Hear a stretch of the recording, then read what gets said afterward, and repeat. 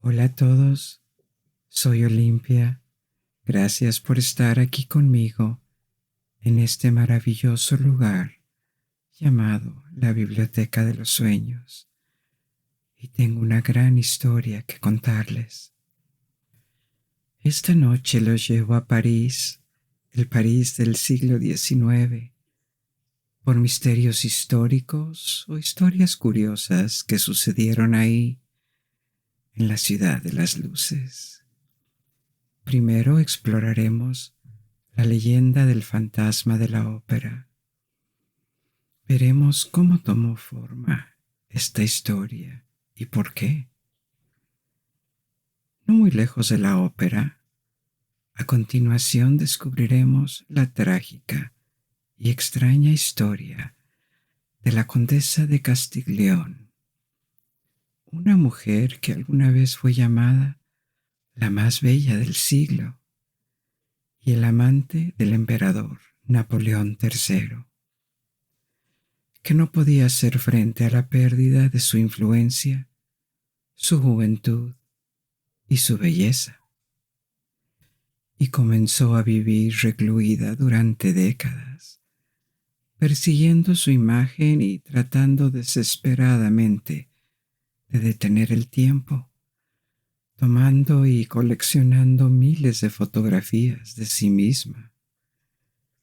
También en el siglo XIX le haremos una visita a la tumba del fundador del espiritismo y exploraremos la locura de la época por lo oculto, por sesiones de espiritualismo y espiritismo y mesas giratorias.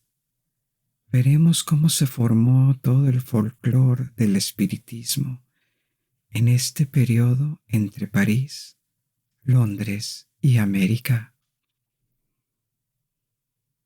Como siempre, no es necesario que veas el video para seguir la historia.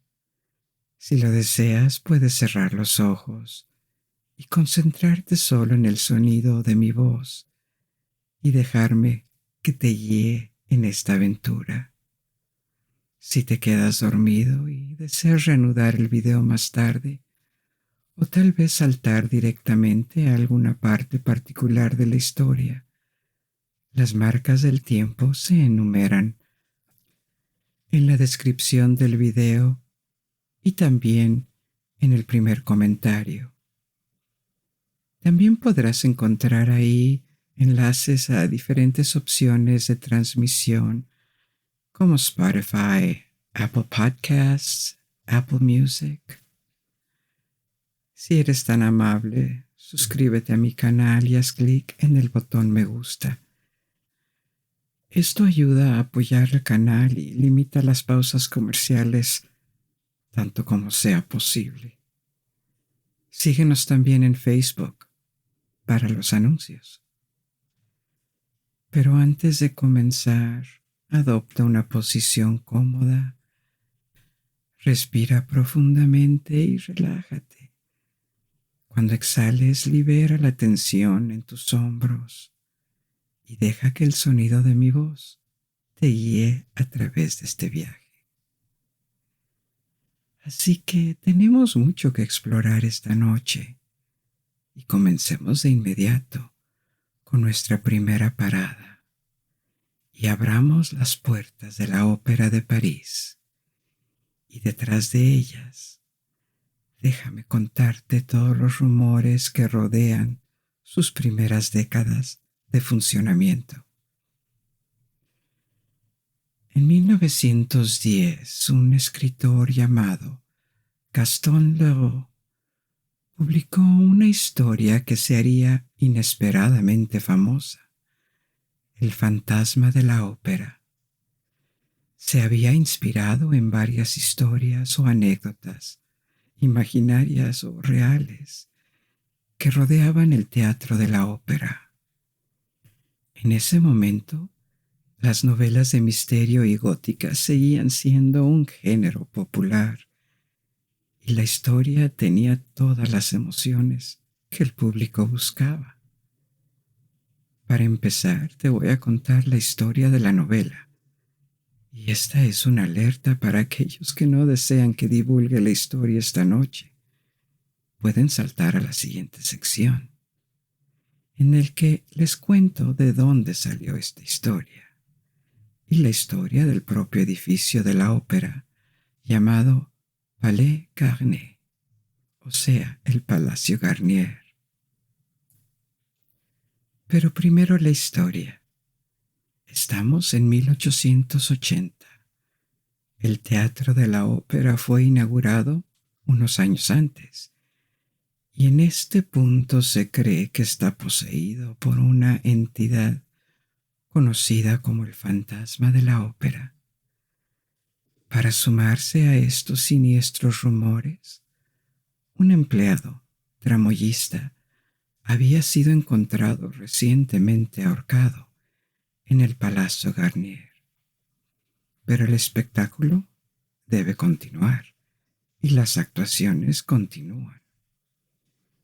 Están dominadas por una estrella de la escena lírica, la soprano principal de la ópera, Carlota. Un día Carlota cae enferma justo antes de una función de gala y su suplente es llamada para reemplazarla en el escenario.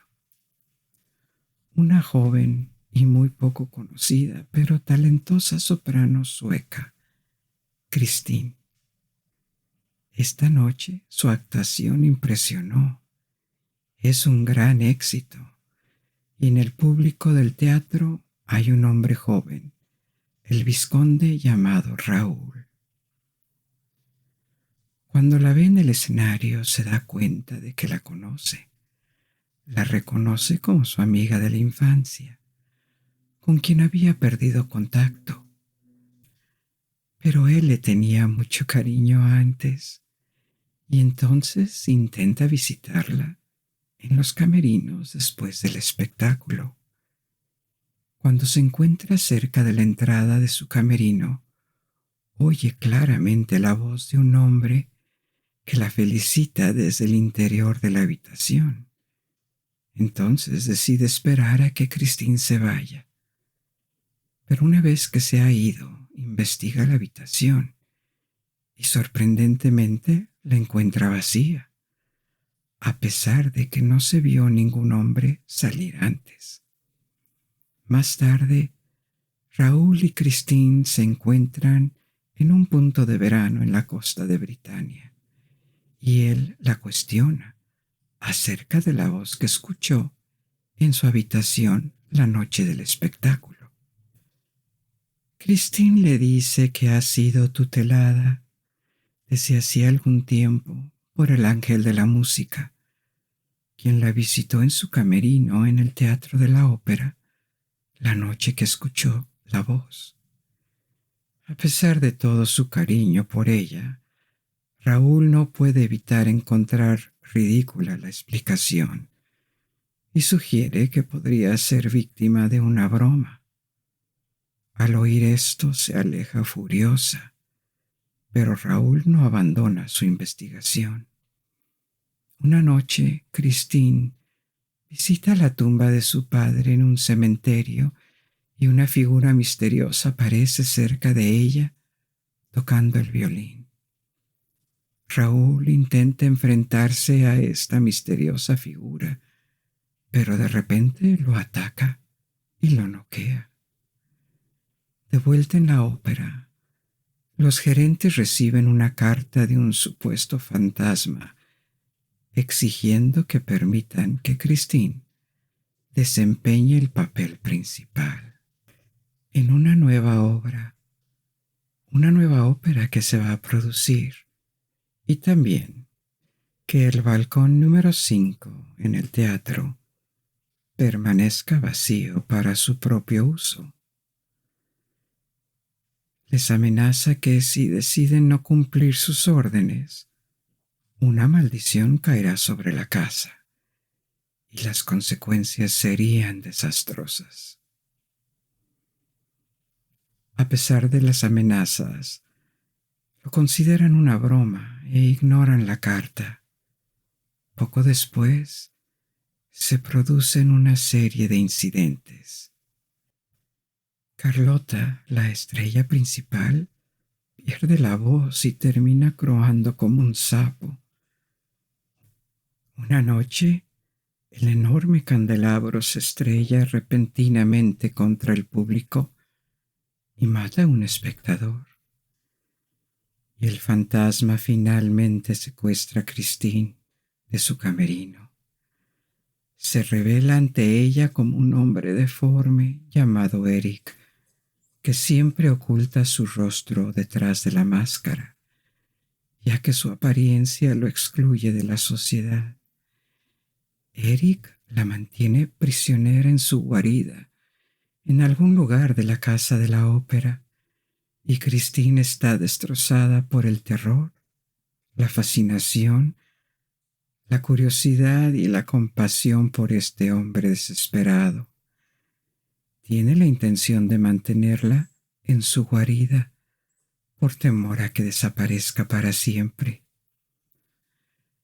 Pero ella lo obliga a cambiar sus planes cuando le quita la máscara y finalmente ve su rostro, un rostro sin nariz y con los ojos hundidos, que se asemeja a una calavera seca por los siglos.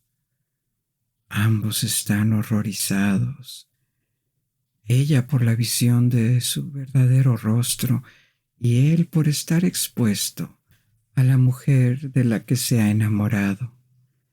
Y finalmente acepta liberarla, con la condición de que use su anillo y le sea fiel.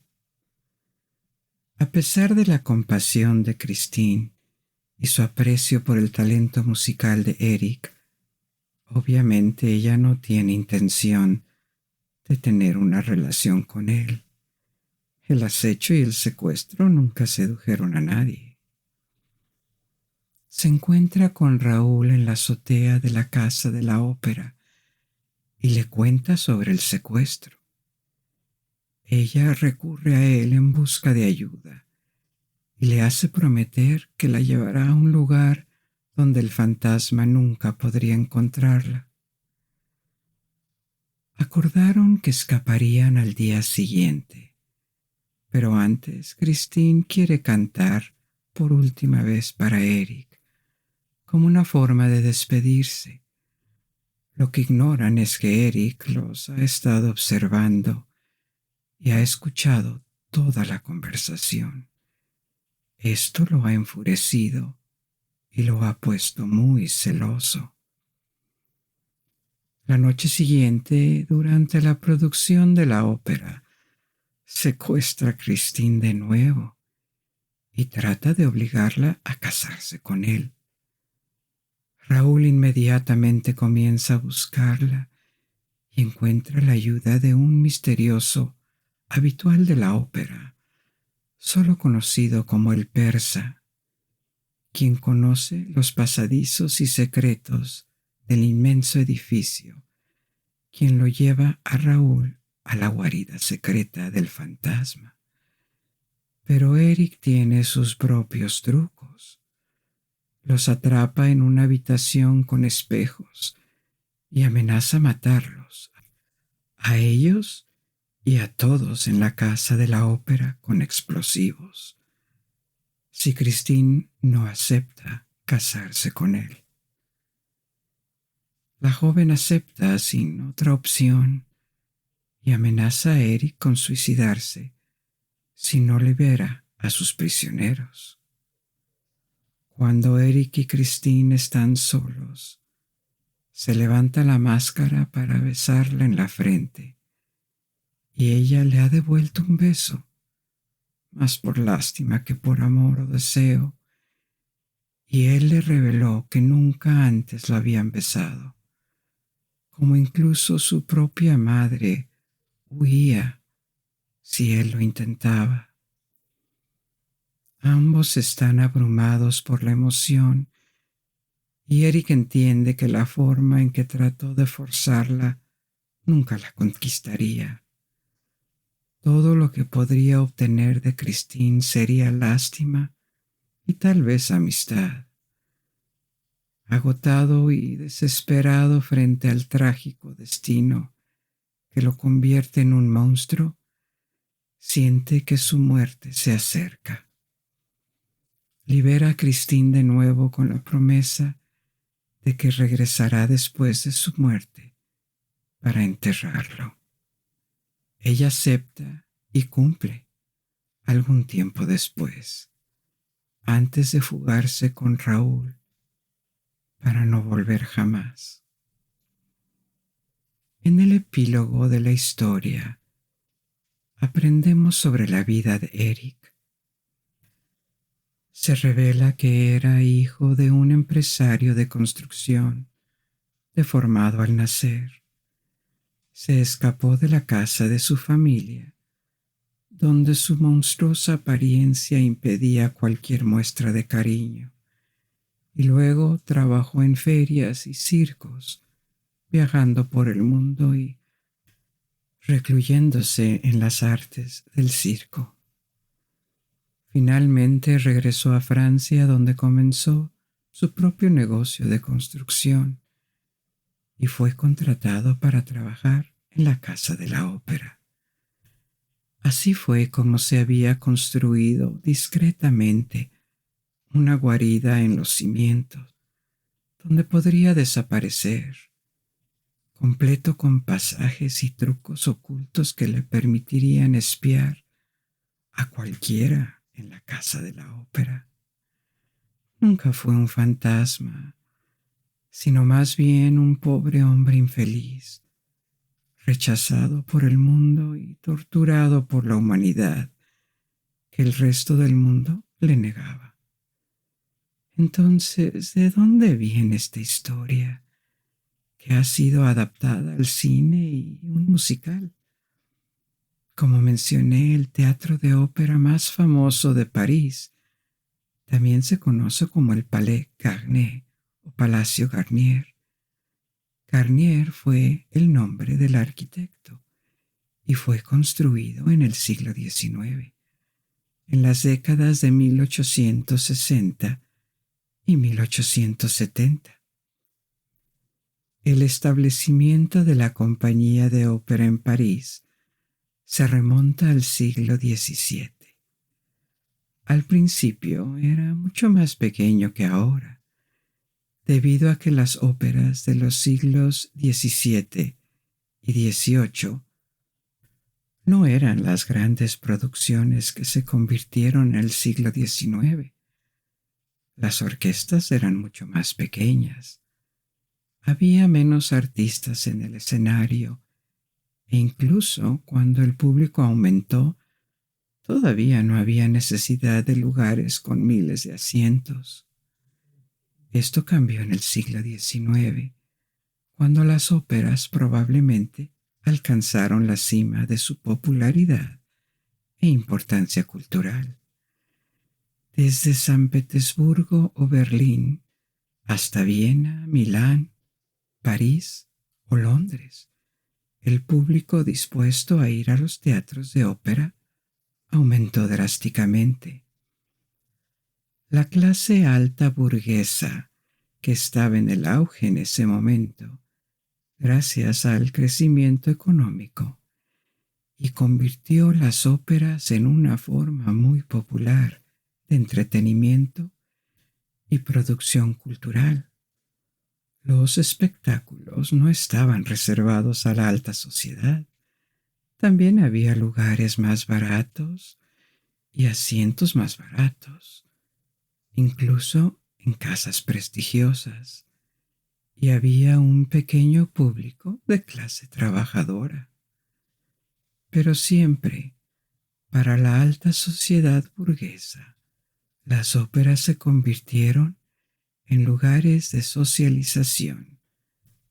Reproducían los comportamientos y referencias de la aristocracia de los siglos anteriores, y así más que antes, las óperas atrajeron a un público de aficionados y se convirtieron en eventos sociales, a los que las llamadas personas importantes tenían que asistir y ser vistas. En ese momento, a mediados del siglo XIX, París tenía una de las escenas de ópera más concurridas del mundo. Los compositores de ópera más populares del siglo XIX eran principalmente nombres italianos como Bellini, Donizetti, Verdi, Puccini, pero París fue el lugar donde se crearon las óperas por primera vez y donde tuvieron lugar los estrenos, porque tenían una gran audiencia, abundante financiamiento y podrían atraer la atención internacional de compositores e intérpretes por igual.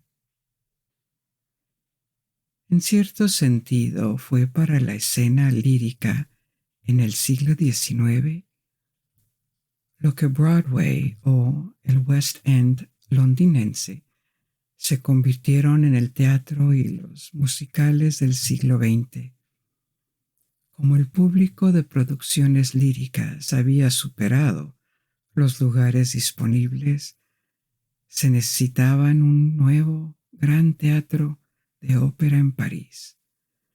Se prometió que se convertiría en un centro de la vida social parisina, de la cultura y del entretenimiento, y para reflejar la importancia de las óperas, su prestigio cultural y la opulencia que el público esperaba.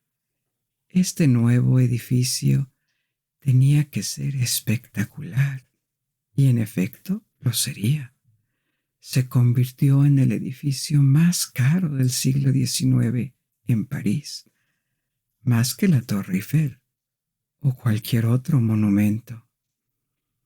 En su momento, en los años de 1860, cuando comenzaron la construcción, el régimen en Francia se llamaba el Segundo Imperio y el emperador era Napoleón III, sobrino de Napoleón I. Había sido elegido presidente de la República, pero rápidamente secuestró el régimen para proclamarse emperador tras un golpe de Estado. Se suponía que este régimen era una especie de monarquía constitucional, pero tuvo una seria oposición en Francia por parte de republicanos y liberales que exigían más libertad política. Hubo elecciones y no fue una autocracia, pero era bastante autoritario. Se censuraba la prensa, se prohibían los sindicatos y el descenso fue reprimido. Así que durante 2 décadas de este régimen hubo importantes tensiones políticas, pero una cosa que funcionó muy bien fue la economía. El crecimiento industrial fue rápido, la banca estaba en auge. París se había convertido en un importante centro financiero después de Londres, pero aún más grande que la ciudad de Nueva York en ese momento. Entonces había dinero disponible, y este es el periodo en que París adoptó la apariencia que todavía tiene hoy en día, una ciudad del siglo XIX, con grandes ingresos, parques, grandes estaciones de tren y un sentido de unidad en la arquitectura, con una gran cantidad de adornos en las fachadas. Pero detrás de la nueva y brillante imagen de la ciudad, la realidad de la sociedad era muy diversa, muy desigual. La riqueza extrema y la miseria coexistían. Por lo tanto, había una escena social brillante y la Casa de la Ópera era un escenario para ella. Pero por otro lado, los barrios obreros, donde la vida era muy dura, Abundaban los bajos salarios, la inseguridad, el trabajo de menores y el alcoholismo, que era una plaga. Este es el mundo narrado en las novelas de Émile Zola, con todas sus conversiones a través de las diversas clases de la sociedad. Cuando se trata de arquitectura y artes decorativas, la ópera Garnier refleja el gusto de los tiempos. La arquitectura es ecléctica, lo que significa que es más una mezcla de inspiraciones de todos los estilos, desde la antigüedad hasta la Edad Media, la época barroca y el Bizancio. Los materiales también eran muy diversos, desde piedra y estructuras metálicas hasta muchos diferentes tipos de mármol y otros materiales preciosos. El edificio es en realidad mucho más grande de lo que parece, solo mirando la fachada, porque tiene forma de diamante, así que es mucho más ancho de lo que sugiere la entrada pública. La decoración interior también estaba destinada a ser espectacular. Ningún espacio público quedó libre de adornos. Siendo un teatro con casi 2000 butacas, se le dio una ornamentación muy cargada, donde predomina el oro. Pero detrás de las partes públicas más visibles, una innovación fue el enorme espacio que quedó entre bastidores. Para todos los mecanismos, iluminación, camerinos, almacenamiento para vestuario, salas de ensayo para bailarines y músicos. La ópera era un mundo que se extendía lejos de los ojos del público, muy por encima del propio teatro y en las profundidades del subsuelo, como un laberinto al que solo podían acceder administradores, intérpretes y técnicos, pero tan grande y complicado que muy poca gente lo sabía del todo. Incluso antes de que terminara la construcción, aparecieron leyendas urbanas alrededor del nuevo teatro de ópera. Una dice que fue construido sobre un lago subterráneo, lo cual tiene algo de verdad, pero es una exageración. Cuando se sentaron los cimientos, los constructores encontraron agua subterránea que estaba inesperadamente alta. Se habían excavado pozos para insertar pilares que apoyaran la estructura, pero se hundieron, y a pesar de que la instalación de bombas de vapor para evacuar el agua nunca se secarían. Entonces Garnier, el arquitecto, cambió sus planes y diseñó un doble cimiento para proteger la estructura superior de la humedad y una enorme cisterna de hormigón que recibiría el agua y evitaría que aplicara presión en las paredes del sótano. También servía como represa en caso de incendio. Este cambio de planes inició la leyenda de que había un lago debajo de la ópera. Es un lago artificial en realidad, más bien un gran estanque, en lugar del misterioso lago oscuro que se representaría más tarde. Otra leyenda que apareció poco después de la inauguración fue que un fantasma rondaba la ópera Garnier. Y también hubo un trágico incidente durante un espectáculo. Justo cuando había terminado el primer acto de una ópera, un pequeño incendio comenzó en el techo, pero este derritió un cable, el cable que sostenía un contrapeso para el gran candelabro que se iluminaba y decoraba el teatro. Este es el episodio que Gaston Leroux utilizó en El fantasma de la ópera. El candelabro cayó sobre una multitud e hirió a varias personas, incluso matando a una. Los rumores y el accidente no impidieron que la casa de la ópera funcionara con normalidad, pero surgía en las conversaciones y las historias eran bastante conocidas por los parisinos en los años 1870, 80 y 90. Le dieron un aura de misterio a un edificio que ya se había hecho famoso. Había sobrevivido al cambio del régimen. El Segundo Imperio se había derrumbado en 1870 debido a la guerra franco-prusiana, en la que los ejércitos de Napoleón III fueron derrotados, y la inauguración tuvo lugar después de la caída del Segundo Imperio. Hubo un periodo de descontento después de esta caída y el exilio del emperador. Era la época de la Comuna de París, un gobierno revolucionario francés que se apoderó en París. Pero tras el Segundo Imperio, la República volvió a Francia, y esta vez para siempre.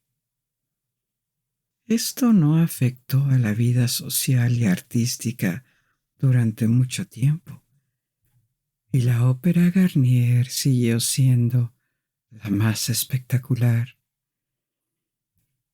Es uno de los teatros más grandes de París, a pesar de que compitió y sigue compitiendo con otros lugares para las óperas. La historia del fantasma de la ópera de Gaston Leroux ha capitalizado en esto. La fama del edificio, las pequeñas historias y los rumores que lo rodean, el apetito por las novelas clásicas y también el tipo de historias que se pueden encontrar en muchas novelas de los siglos XIX y XX. Una con una explicación aparentemente sobrenatural, porque parece imposible de otra manera. Pero eso de hecho se puede explicar de manera lógica y realista. La novela se construye sobre el descubrimiento progresivo de esto, hasta la revelación final que ofrece una explicación científica o lógica. Hay algo de esto en las investigaciones de Sherlock Holmes y en muchas novelas de Agatha Christie, escritas décadas después. Crímenes o situaciones que parecen imposibles y sin embargo son explicables. Otra famosa novela del mismo tiempo de Leroux es El misterio de la habitación amarilla. Un delito se comete dentro de una habitación cerrada, sin acceso a nadie, sin ningún pasaje secreto ni cualquier otro tipo de acceso. Por lo tanto, parece imposible. Por supuesto que es posible. Les dejaré leer la novela si desean saber cómo sí es posible.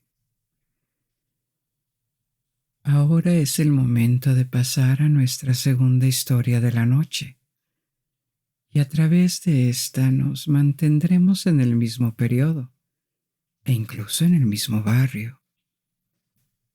Permítanme contarles sobre el extraño destino de Virginia Oldoini, quien una vez se movió en los círculos más altos posibles de la sociedad y fue llamada la mujer más bella del siglo.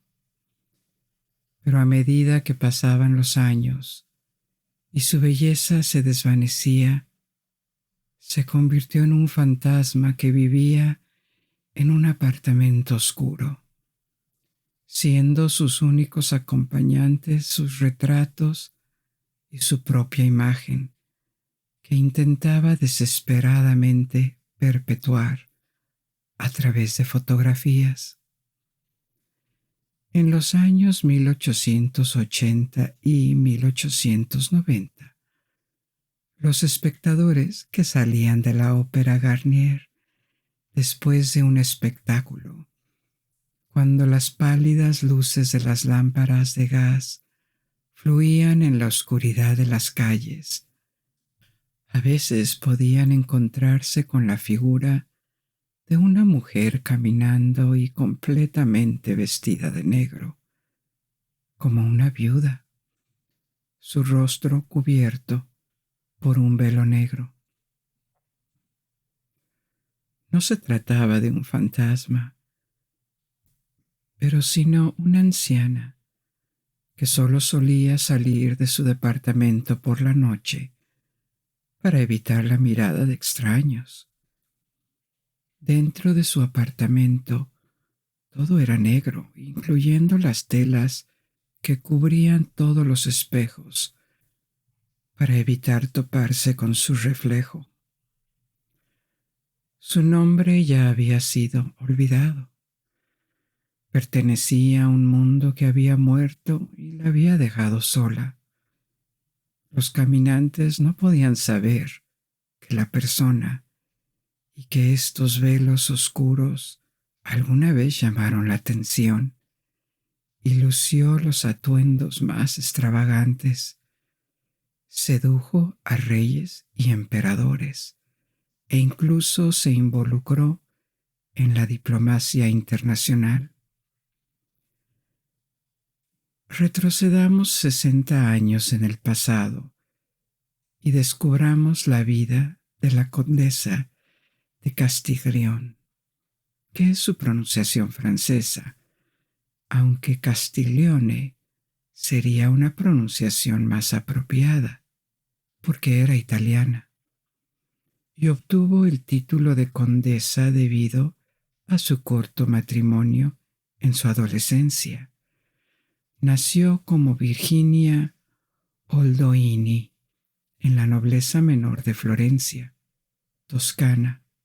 Su familia tenía conexiones y a la edad de 17 años, en 1854, se casó con un conde 12 años mayor que ella, el conde de Castiglione. Nunca hubo mucho amor en ese matrimonio y al año siguiente su marido exigió la separación matrimonial por razones que pronto descubriremos. En ese momento, en la década de 1850, Italia aún no estaba unificada y había varios estados. En el centro de Italia, el papado, que tenía su propio territorio. En el noroeste estaban los austriacos, que habían ocupado esta región de Italia después de las guerras napoleónicas. Y el estado italiano más poderoso era el Reino de Cerdeña, en el noroeste. También comprendía las regiones de Piamonte, Saboya y Liguria. Este es el reino que finalmente logró la unidad italiana al absorber o conquistar el resto de la península itálica, pero eso sería más adelante. En 1854, en ese momento, el rey de Cerdeña, Víctor Manuel II, buscaba en el extranjero apoyo para los objetivos de la unidad italiana, y el apoyo más obvio posible estaba al otro lado de los Alpes, en Francia. Unos años antes, Napoleón III había tomado el poder y proclamado el Segundo Imperio francés. Francia había pasado por un eclipse en Europa después de 1815, estando en el lado perdedor de las guerras napoleónicas, y estaba plagada de inestabilidad política. Había habido una revolución en 1830 y otra en 1848, pero en la década de 1850 las cosas comenzaron a verse diferentes. Francia se encontraba en un periodo de fuerte crecimiento económico impulsado por la industria. Siguió los pasos de Gran Bretaña, pero en ese momento sus principales rivales en el continente, como Austria, Hungría y Prusia, apenas habían comenzado a abrazar la escena industrial y eran comparativamente pobres. Cambiaría en las últimas décadas del siglo XIX, pero en ese momento Alemania era un país de inmigración que todavía era mayoritariamente agrario y en algunas regiones tan pobre que cientos de miles de personas emigraron a las Américas, formando grandes grupos en países como Estados Unidos, Brasil, Argentina o Chile. Por lo tanto, Francia, con su economía en auge, su tamaño y su gran población, porque estaba unida y también porque la relativa estabilidad que trajo el Segundo Imperio pudo comenzar a reafirmarse. Napoleón III estaba ansioso por hacerlo. Tuvo muchos opositores políticos que lo ridiculizaron por eso.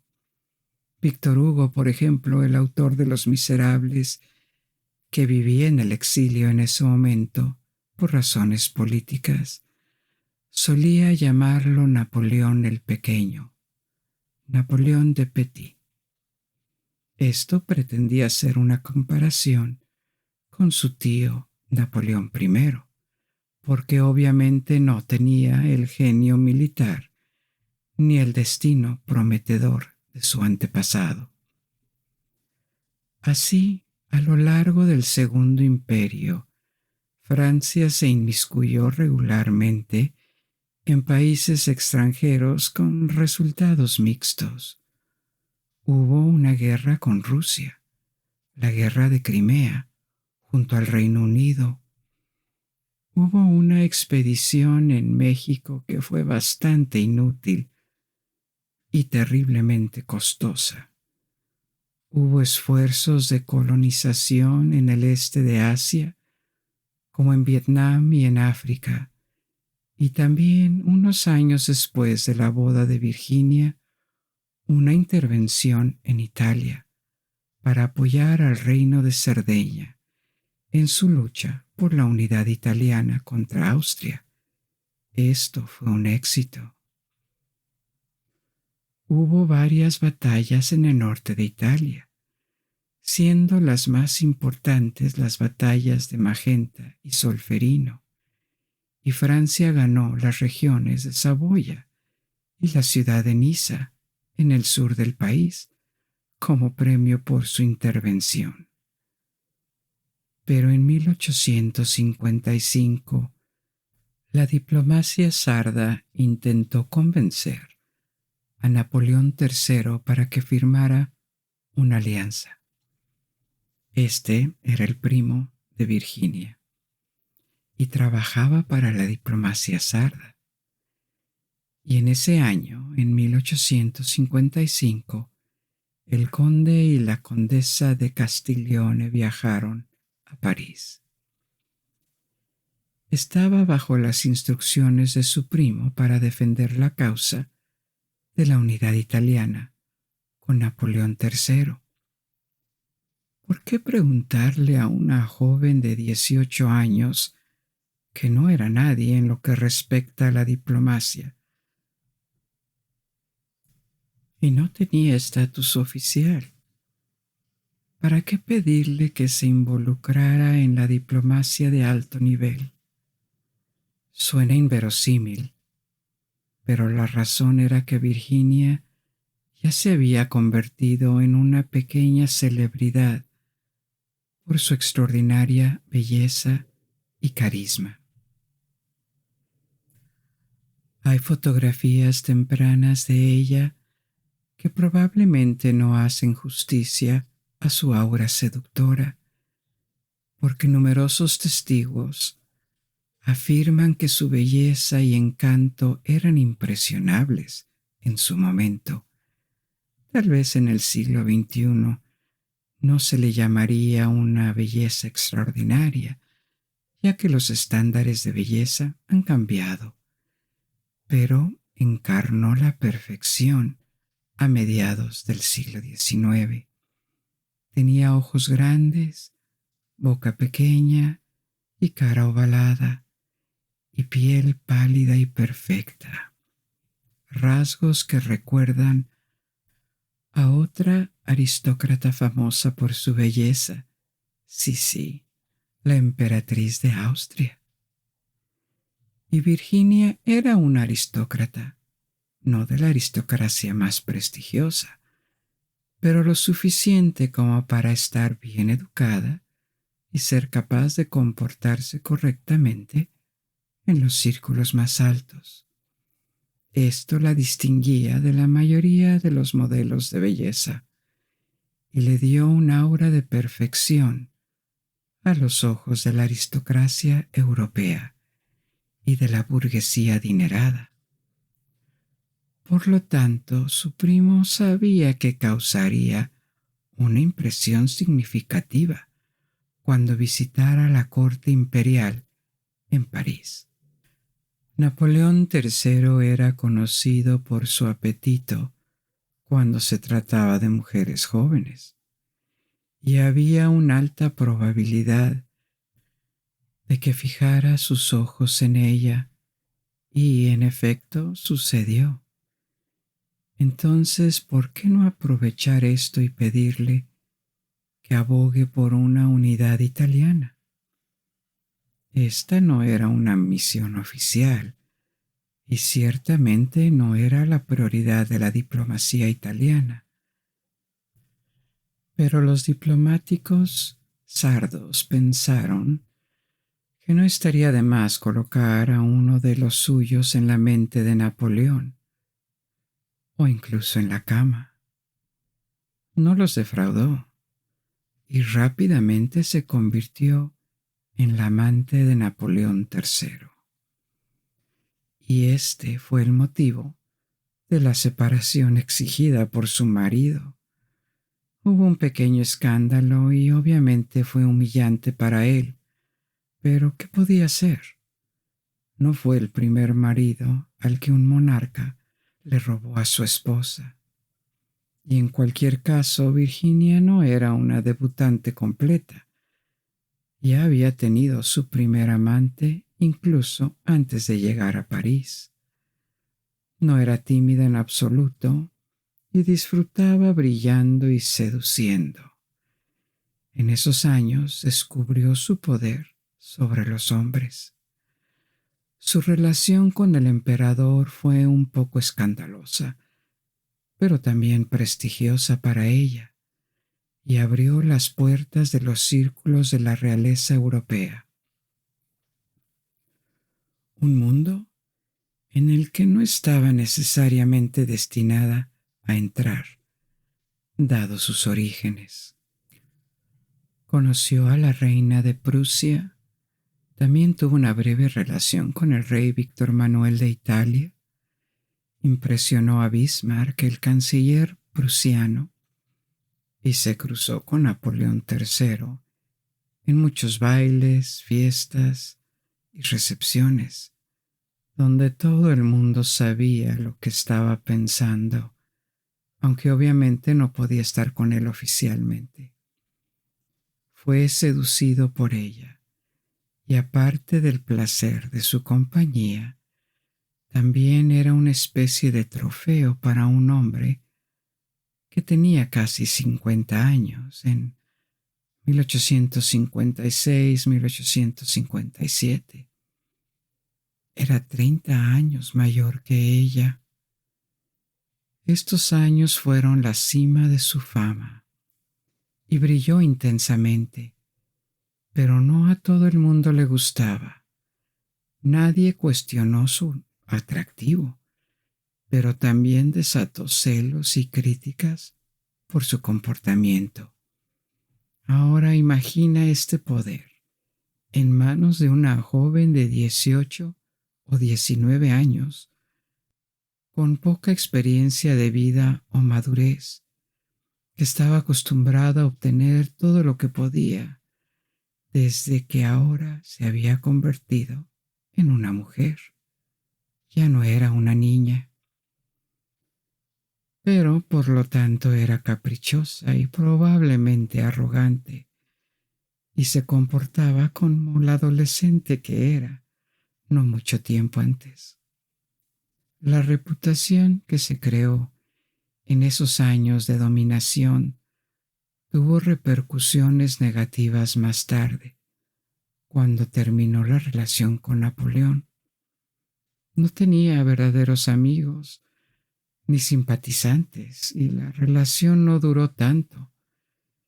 En 1857, cuando se proclamó el Reino de Italia y la alianza franco-italiana se hizo realidad, su estrellato comenzó a desvanecer.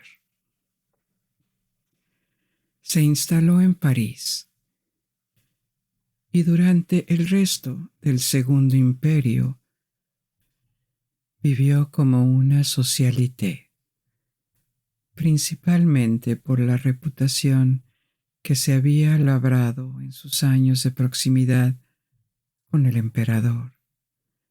Todavía era increíblemente hermosa, pero menos joven que antes, y otras mujeres la reemplazaron. A finales de la década de 1860, la frívola vida social del Segundo Imperio estaba llegando a su fin, y en 1870 la guerra contra Prusia se convirtió en un desastre para Napoleón III.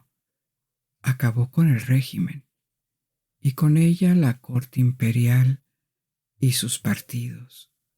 Su brillantez y, como decían algunos, sobre todo entre los republicanos, su corrupción y frivolidad. Al menos durante unos años la austeridad sustituyó a los excesos en esta microsociedad. Las relaciones y los conflictos de intereses entre los altos aristócratas, los banqueros y los industriales tenían que ser más discretos, y ser una ex amante imperial se convirtió en una fuente de vergüenza en lugar de progreso para ella. Habían pasado 15 años desde su llegada a Francia y ya había sido olvidada por muchos, es decir, cuando no la consideraban una especie de prostituta que compartía su lecho con el tirano del régimen anterior. En las décadas de 1870 y 1880 entró progresivamente en una vida de reclusión.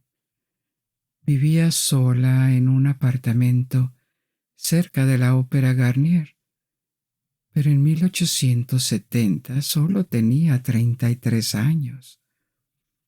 Todavía le quedaban 30 años más de vida, y la segunda mitad de su vida no podía haber sido más diferente de sus años brillantes. Había encontrado una nueva pasión desde 1856 y esto la había mantenido ocupada mientras su fama declinaba. En 1956, poco después de su llegada a París, la fotografía se hizo cada vez más popular en la corte imperial. Pronto se filtraría al resto de la sociedad. Comenzó a posar para el fotógrafo de la corte y nunca dejó de servir de modelo durante las siguientes 4 décadas. A lo largo de 40 años dirigió a su fotógrafo para que le ayudara a crear al menos 700 fotografías diferentes, de las cuales ella era el único sujeto. En este largo proyecto recreó los momentos característicos de su vida, posando con los espectaculares y teatrales atuendos que lució en la cima de su belleza e influencia, como el vestido de la reina de corazones, que había causado una gran impresión cuando apareció con él en la corte. Con el paso de los años, los estragos del tiempo comenzaron a mostrarse en las fotografías, y probablemente confrontada con la imagen que le devolvían las fotografías, se aisló aún más, negándose a aparecer en público, hasta que nadie le pidió salir. Redecoró su departamento completamente en negro. Los espejos estaban cubiertos y progresivamente dejó de salir durante el día. Los únicos momentos en los que revelaba un poco de sí misma eran brevemente frente a la cámara. Se gastó gran parte de su fortuna en este proyecto, en donde realizó un viaje artístico con el fotógrafo. En aquella época la fotografía servía esencialmente para crear retratos y en menor medida paisajes o postales. El uso de la fotografía como una forma de arte en sí misma no había comenzado. En el anonimato, porque muy pocos conocían o se preocupaban por el proyecto que estaba llevando a cabo, comenzó a explorar el medio y creó imágenes que nos parecen bastante modernas, con poses y accesorios llenos de simbolismo e investigación estética. Algunas de las fotografías eran atrevidas para la época. Mostró sus piernas y pies descalzos y una vez sin cabeza. Nadie sabe con certeza cuál era su estado mental en ese momento. Se desconoce si encontró un estado de felicidad en esta vida aislada, lo obsesionada que estaba realmente con su propia imagen, o si estaba deprimida y se sentía terriblemente sola. Sabemos que esperaba montar una exposición de sus fotografías en la Exposición Universal, que iba a tener lugar en París en 1900, pero no se llevó a cabo y murió con el siglo. En noviembre de 1899, su salud se deterioró y murió a los 62 años en completa indiferencia. Alguien de la embajada italiana se apresuró a ir a su apartamento para encontrar y destruir documentos, posiblemente comprometedores de la década de 1850, cuando era la amante del emperador. Pero su muerte apenas apareció en las noticias. La gente la había olvidado por completo o asumía que ya había muerto. Para los pocos que recordaban los tiempos de la corte de Napoleón. En relativo anonimato fue enterrada en el cementerio de Père Lachaise en París, donde aún se puede encontrar su tumba, y de la condesa de Castillon solo quedan los cientos de fotografías. Ya que estamos en el cementerio de Père Lachaise, comencemos nuestra historia próxima aquí. El Père Lachaise es el más famoso de los cementerios parisinos. Se encuentra al este de la ciudad y se estableció hace más de 200 años. Se ha convertido en el cementerio más visitado del mundo por su estética, su ambiente y la cantidad de celebridades enterradas ahí.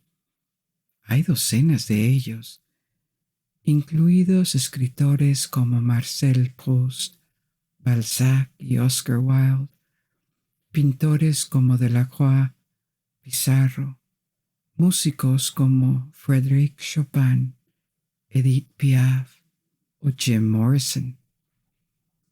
Entre ellas se encuentra la tumba de otro personaje que vamos a descubrir ahora, y con él otra faceta de París del siglo XIX, más esotérica. El hombre se llama Allan Kardec y su nombre está ligado a la fundación del espiritismo.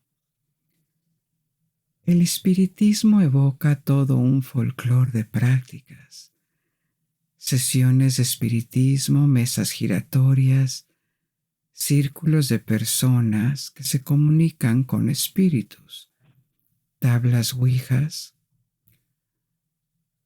Todas estas prácticas que se ven con diversión, fascinación o miedo echaron raíces en el siglo XIX y a la mitad se habían convertido en una forma de entretenimiento en algunos círculos de América del Norte y Europa. Una minoría de personas los tomó más en serio y hubo una ráfaga de sociedades esotéricas llenas de personas interesadas en explorar lo sobrenatural, el mundo de los espíritus y la magia. Junto con Londres y la ciudad de Nueva York, París fue una de las capitales que siguió esta tendencia. Suena un poco paradójico porque en el siglo XIX fue sin duda el siglo de la creencia en la ciencia. Una opinión en ese momento y que cruzaba el mundo occidental, aunque era relativamente nueva, era que la ciencia estaba destinada a progresar siempre y a explicar los fenómenos y reducir el poder de los hombres para actuar sobre la naturaleza y las hazañas que conlleva.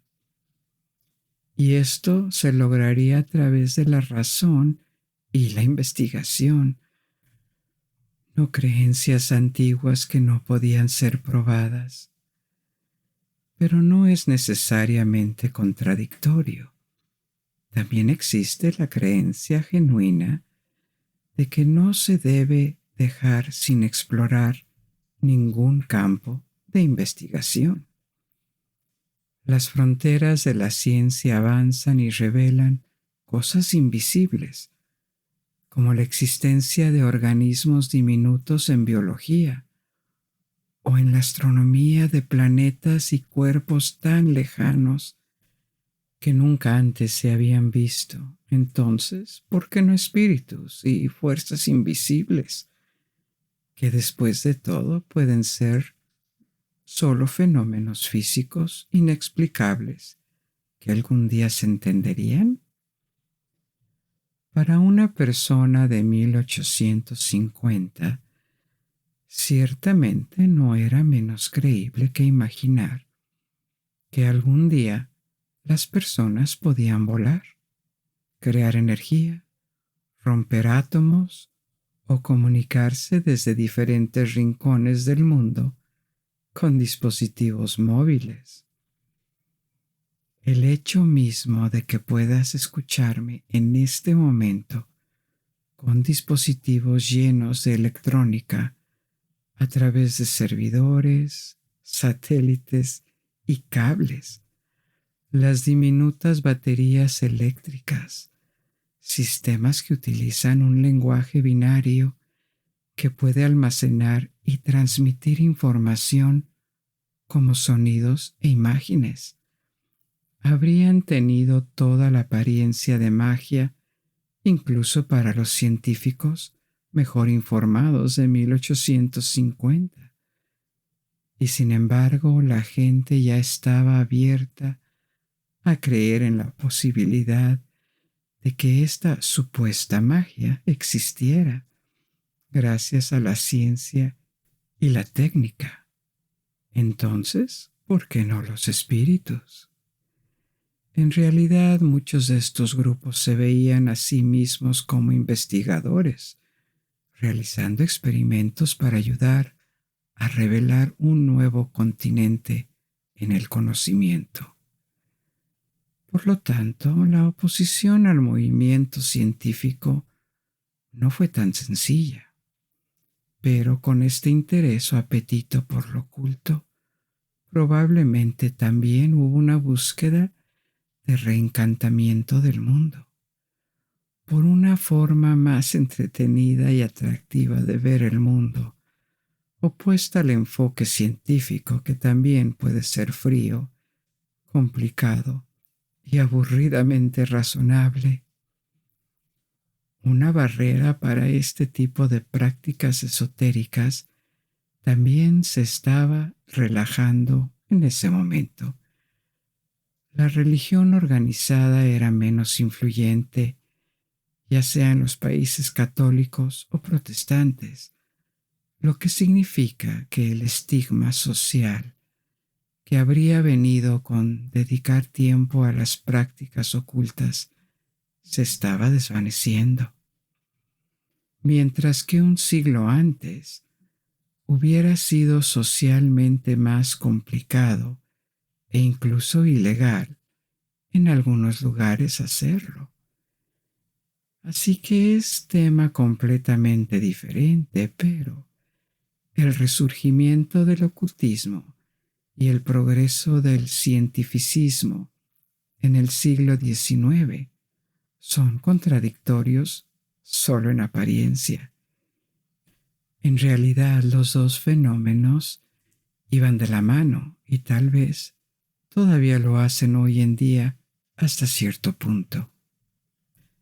Así que, en el París de mediados del siglo XIX, estaba de moda organizar una pequeña sesión de espiritismo entre amigos, después de la cena por la emoción de comunicarse con los muertos y acercarse a fuerzas desconocidas, pero en la seguridad de la casa de alguien. Alguien que decía ser medium generalmente presidía y dirigía la sesión de espiritismo. Algunos probablemente eran sinceros, otros fueron expuestos como estafadores o actores. Tenían pequeños trucos para hacer que pareciera que estaban sucediendo cosas inusuales, como que la mesa comenzaba a moverse o podían usar la ventriloquía o cambiar su voz para convencer a la gente de que un espíritu los poseía.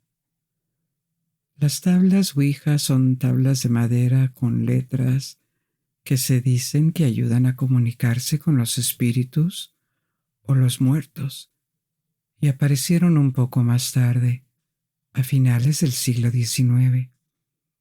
En Estados Unidos, las mesas giratorias también eran muy americanas al principio, y la práctica, la creencia de que los espíritus mostrarían su presencia y se comunicarían a través de movimientos en la mesa, se extendió a Europa. No es solo la sesión del espiritismo folclórico la que tomó forma moderna en esos años. Hubo todo un movimiento religioso llamado espiritualismo, que no debe confundirse con el espiritismo, que despegó en América. Este fue el momento de un gran renacimiento religioso en Estados Unidos, que más tarde se llamó el Segundo Gran Despertar, en oposición al Primer Gran Despertar del siglo XVIII y el tercero en la segunda mitad del siglo XIX. En los años 1820 a 1840 surgieron nuevas teologías e iglesias, generalmente basadas en el protestantismo, y se crearon nuevas denominaciones, por ejemplo, el adventismo o el mormonismo. Las denominaciones protestantes existentes también sufrieron transformaciones en ese momento, pero este renacimiento fue grande y diverso, y durante él también aparecieron otros movimientos, como el espiritualismo, que se basa en la creencia de que los espíritus de los muertos existen y tienen la capacidad e incluso la inclinación de comunicarse con los vivos. Otra creencia en el espiritismo es que los espíritus siguen evolucionando después de la muerte y adquieren más conocimiento y sabiduría, lo que significa que pueden proporcionar consejos útiles y perspicacia a los vivos sobre cuestiones morales o de divinidad. El espiritualismo no es necesariamente incompatible con el cristianismo, pero obviamente estas creencias no están en el canon de ninguna determinación cristiana grande y bien establecida. Como movimiento, el espiritualismo tuvo su apogeo antes de la década de 1920 y en algún momento fue grande. A finales del siglo XIX habría tenido alrededor de 8 millones de seguidores entre América del Norte y Gran Bretaña, lo cual era considerable, pero el interés pasó a medida que avanzaba el siglo XX, a pesar de que todavía hay iglesias espiritualistas. En gran parte esta disminución se debió al número de médiums que fueron expuestos como fraudulentos, a menudo por los mismos espiritualistas, en un intento de estructurar su movimiento y detener las estafas. Pero la desaparición de este aspecto espectacular del espiritualismo que los mismos espiritualistas impulsaron también redujo el atractivo del movimiento. Muchos se habían unido porque estaban fascinados con estas sesiones de comunicación con espíritus, reales o no. Fue, por ejemplo, el caso de Arthur Conan Doyle, el creador de Sherlock Holmes, una vez que el espectáculo y el carácter físico de esta práctica comenzaron a retroceder. El espiritualismo tuvo dificultades para reclutar nuevos miembros. No había una organización centralizada, por lo tanto se marginó progresivamente.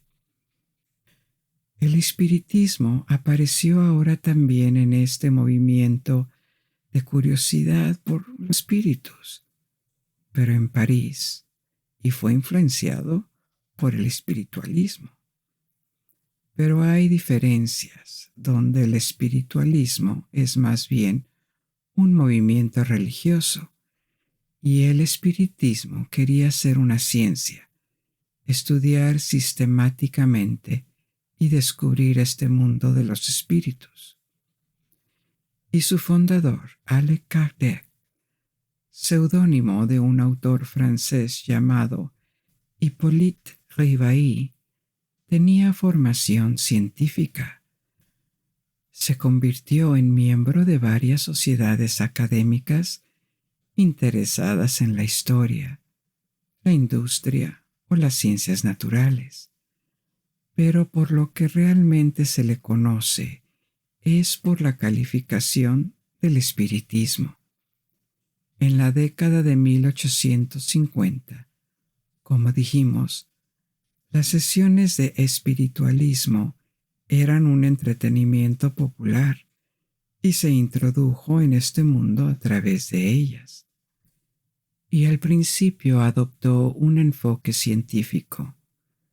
En ese momento una teoría popular era el mesmerismo o magnetismo animal, que es lo mismo. El magnetismo animal habría sido una fuerza natural, invisible, poseída por todos los seres vivos. Humanos, animales, incluso plantas podían tener efectos físicos como la audición.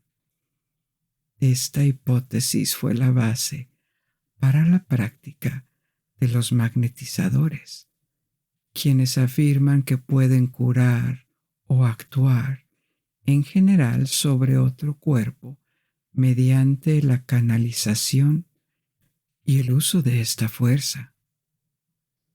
La hipótesis salió rápidamente del campo de la ciencia porque esta fuerza nunca pudo ser identificada o medida, ni sus efectos probados con muestras estadísticamente significativas de pacientes. Así se trasladó al mundo de la pseudociencia y creencias más que un tema de investigación. Pero en la década de 1850 la hipótesis era popular. Y si los humanos y los animales tenían esta fuerza en ellos, ¿por qué no también los espíritus? Eso explicaría el movimiento de las mesas y otras manifestaciones físicas de su presencia. Kardec abandonó más tarde esta teoría, pero fue su punto de partida. Se convirtió en una pasión para él y documentó cientos de sesiones de espiritismo. Compiló cientos de preguntas concernientes a la naturaleza y los mecanismos de comunicación de los espíritus. Y a medida que pasaban los años, se convenció de que los médiums, al menos los reales, podían proporcionar efectivamente información precisa, desconocida para ellos mismos, que también pudieran demostrar habilidades no aprendidas o retratar las características de las personas fallecidas. Todo esto porque eran capaces de canalizar espíritus.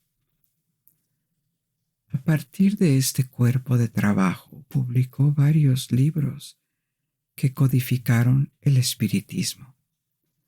A medida que avanzaba, ponía más y más creencias sobre la mesa que dificultaban considerar el espiritismo como una ciencia, porque nada estaba comprobado. Sin embargo, añadió estas cosas a su hipótesis central.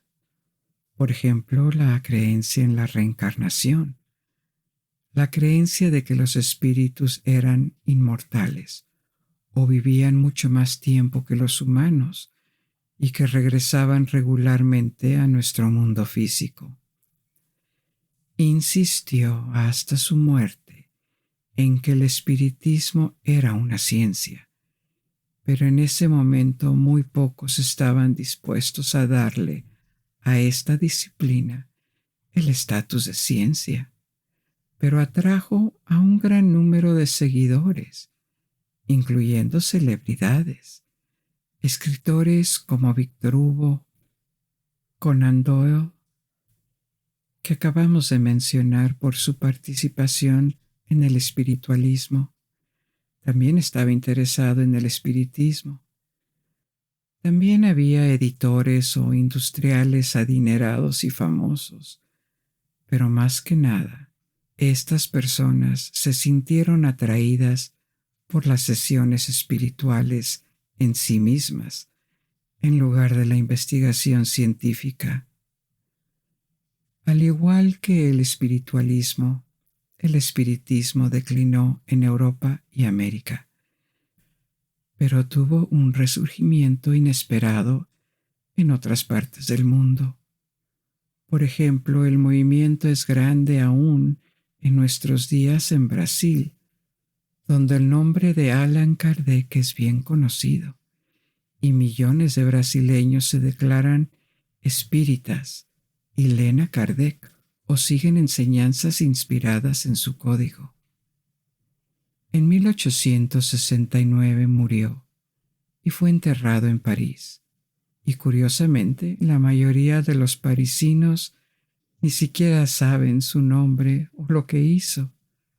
Después del siglo XIX, el espiritismo y las sesiones de espiritismo cayeron en popularidad y la gente perdió interés en su mayoría, de modo que los únicos vestigios visibles del espiritismo hoy en día para la mayoría de la gente son los estereotipos de la sesión espiritista, los círculos de personas que invocan a los espíritus, y los efectos físicos de esto aparecieron en las películas y en programas de televisión.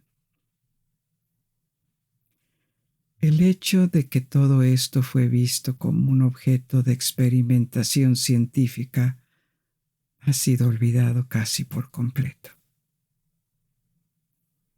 Y ahora tenemos una historia adicional, una que no ha sido contada antes por el French Whisperer, y especialmente para aquellos que han tenido la amabilidad de venir a explorar este canal. Este es una especie de misterio, ya que cómo y el por qué exactos no se conocen completamente, y también es una historia muy interesante que sucedió en París, en el Louvre de hecho, con una pintura que todos conocemos muy bien, la pintura al óleo sobre madera de álamo, conocida como la Mona Lisa, del pintor italiano Leonardo da Vinci. El corazón de la historia se deriva del hecho de que era italiano. Se ha especulado mucho sobre quién era el sujeto de la pintura y han habido múltiples interpretaciones, incluida la de que era Lisa del Giocondo, la esposa de un comerciante florentino, Francesco di Bartolomeo del Giocondo. De ahí el otro nombre por el que se le conoce a esta pintura, la Gioconda. Esta identidad fue surgida por primera vez en 1550. Otra teoría es que la modelo podría haber sido la madre de Leonardo, Caterina, y una tercera interpretación es que en realidad es una especie de autorretrato, ya que hay cierto parecido. Lo cierto es que la identidad de la Mona Lisa no ha sido probada. Hubo múltiples intentos relacionados con pruebas de ADN realizadas en los últimos años al buscar los restos de Lisa del Giocondo y recrear una imagen de su rostro, pero aún así arrojaron resultados no concluyentes. Pero esta no es la historia que quiero contarles esta noche. De lo que realmente vamos a hablar es de otro italiano que vivió en París, excepto que vivió en París casi 500 años después de que Leonardo da Vinci pintara la Mona Lisa. Era un inmigrante italiano en Francia, No era un pintor de arte, aunque sí pintaba casas y más tarde se le conoció como un decorador de casas. Pero antes de eso era un trabajador común, pero famoso, al menos entre los círculos artísticos, la policía y la población italiana y francesa de la época. Pero lo que lo hace famoso o infame es por haber robado la Mona Lisa, que estaba colgada en el Louvre en 1911. Se llamaba Vincenzo Perugia y perpetuó lo que se ha descrito como el mayor robo de arte del siglo XX. Pero cómo y por qué robó la Mona Lisa es lo que hace que esta historia sea aún más interesante. El propio señor Perugia describió que ingresó al museo el lunes 21 de agosto alrededor de las 7 de la mañana a través de la entrada de los trabajadores, ya que el museo estaba cerrado al público por mantenimiento. Llevaba una bata blanca, que era el atuendo común de los trabajadores del museo. Esto también lo hacía indistinguible de los demás trabajadores. Declaró durante un interrogatorio en Florencia que la Mona Lisa estaba colgada en el Salón Carré y esperó a que estuviera desprovista de todos los trabajadores. Luego levantó la pintura de las 4 clavijas de hierro que la sujetaban a una pared y la llevó a una escalera cercana. Una vez ahí, retiró la funda protectora y el marco. Se informó en un momento u otro que había escondido la pintura debajo de su bata, pero debemos tener en cuenta que estaba pintada sobre madera.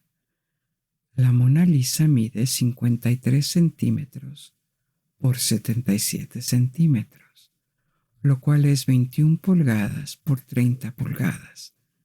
Sería difícil, si no imposible, colocar la pintura debajo de su bata, ya que él solo medía 1,60 m, es decir, 63 pulgadas de alto.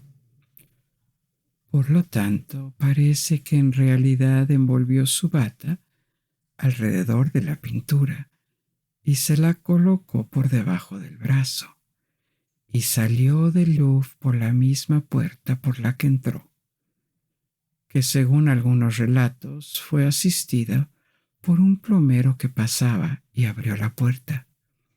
Luego se llevó el cuadro a su apartamento en París y lo guardó ahí durante 2 años, hasta que regresó a Italia con él, donde lo ocultó en su apartamento en Florencia durante algún tiempo más.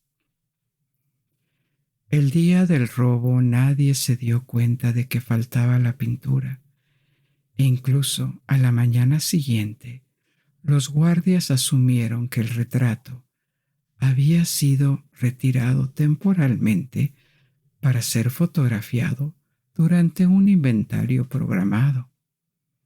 A última hora de la mañana, después de consultar con el fotógrafo de la casa, los funcionarios del museo sospecharon que algo andaba mal. A continuación, se pidió a cientos de visitantes que desalojaran rápidamente el museo y se llevó a cabo una intensa búsqueda. También descubrieron una perilla de puerta rota en el jardín fuera del museo. Para su consternación, no pudieron encontrar la Mona Lisa. Ella se había ido. Los funcionarios del museo y la policía seguían frenéticamente cualquier pista o idea que pudiera dejar atrás esta vergüenza. Sabían que la pintura probablemente tenía poco o ningún valor en el mercado abierto, ya que se consideraba demasiado conocida como para poder venderse, pero podía terminar en la galería de un coleccionista privado. También se especuló que una falsificación podría ser devuelta en su lugar e incluso comisionar copias casi perfectas para la venta. Y también surgió la idea de un sabotaje cultural por parte de artistas modernos. Curiosamente, incluso Pablo Picasso fue interrogado, ya que anteriormente había utilizado estatuas robadas del Louvre como modelos en uno de sus cuadros. Una reproducción en color estuvo colgada en el museo hasta diciembre de 1912, donde un sustituto más sustancial, un retrato de Rafael de Baldassare Castiglione, que fue un destacado autor y diplomático del Renacimiento humanista que nació en 1478. Con el paso del tiempo, la esperanza de recuperar la Mona Lisa fue desvaneciendo. Perugia escribió a su casa, donde incluía algunos mensajes crípticos que parecían anunciar una ganancia inesperada. Regresó a Italia y el 29 de noviembre de 1913 se puso en contacto con Mario Fratelli, propietario de una galería de arte en Florencia. Aquí las historias se contradicen, pero con toda probabilidad Perugia esperaba una recompensa por devolver la pintura a lo que él llamaba la patria de la pintura. Fratelli, a su vez, se puso en contacto con Giovanni Poggi, el director de la Galería de los Uffizi, que autentificó la pintura. Ambos directores de la galería se llevaron el cuadro con el pretexto de custodiarla e informaron a la policía. Perugia fue arrestado poco después de eso. Así que ahora hemos explorado quién era Perugia y cómo probablemente llevó a cabo el robo de una de las pinturas más famosas del mundo. Intentemos desvelar cuáles podrían haber sido sus motivaciones. Hay dos teorías predominantes. Se dice que quería devolver el cuadro para ser expuesto en Italia, que consideraba que había sido robado por Napoleón durante las guerras napoleónicas. Lo que Perugia no sabía era que el propio Leonardo da Vinci ofreció esta pintura como regalo para Francisco I, cuando se mudó a Francia para convertirse en pintor en esa corte durante el siglo XVI, 250 años antes del nacimiento de Napoleón. Su patriotismo, por así decirlo, también se pone en tela de juicio al considerar que si el patriotismo hubiera sido su motor, habría donado el cuadro. Pero queda claro por las cartas a su familia que esperaba hacer una fortuna con esta empresa.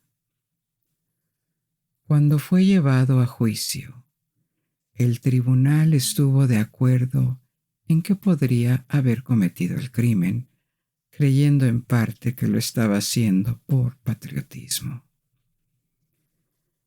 Hay otra teoría que afirma que el robo pudo haber sido alentado y planeado por Eduardo de Valfierno, un estafador que pudo haber encargado al falsificador de arte francés Yves Chaudron que hiciera copias de las pinturas para poder venderlas como la pintura original. Pero de esta teoría no está confirmada.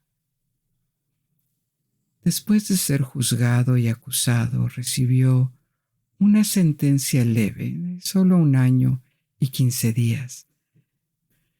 pero fue aclamado como un gran patriota y héroe en Italia, y solo cumplió 7 meses de su sentencia. Después de ser liberado, sirvió en el ejército italiano durante la Primera Guerra Mundial.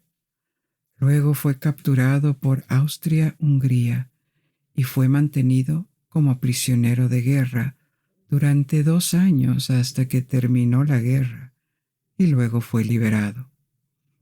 Más tarde se casó y tuvo una hija, Celestina, y regresó a Francia y continuó trabajando como pintor y decorador, aunque bajo el nombre de Pietro Peruggia. Murió el día de su cumpleaños número 44, y su muerte no fue ampliamente reportada, porque murió bajo el nombre de Pietro Peruggia. Pero aún así, fue el único hombre que robó la Mona Lisa, Vincenzo Peruggia, y la Mona Lisa regresó a su hogar permanente el 4 de enero de 1914, 2 años y 4 meses después de haber sido robada. Hemos llegado al final de nuestro viaje por esta noche. Espero que les haya gustado. Ahora puedes dejarte llevar y dormir. Y hasta que nos volvamos a encontrar, buenas noches. Duerme bien.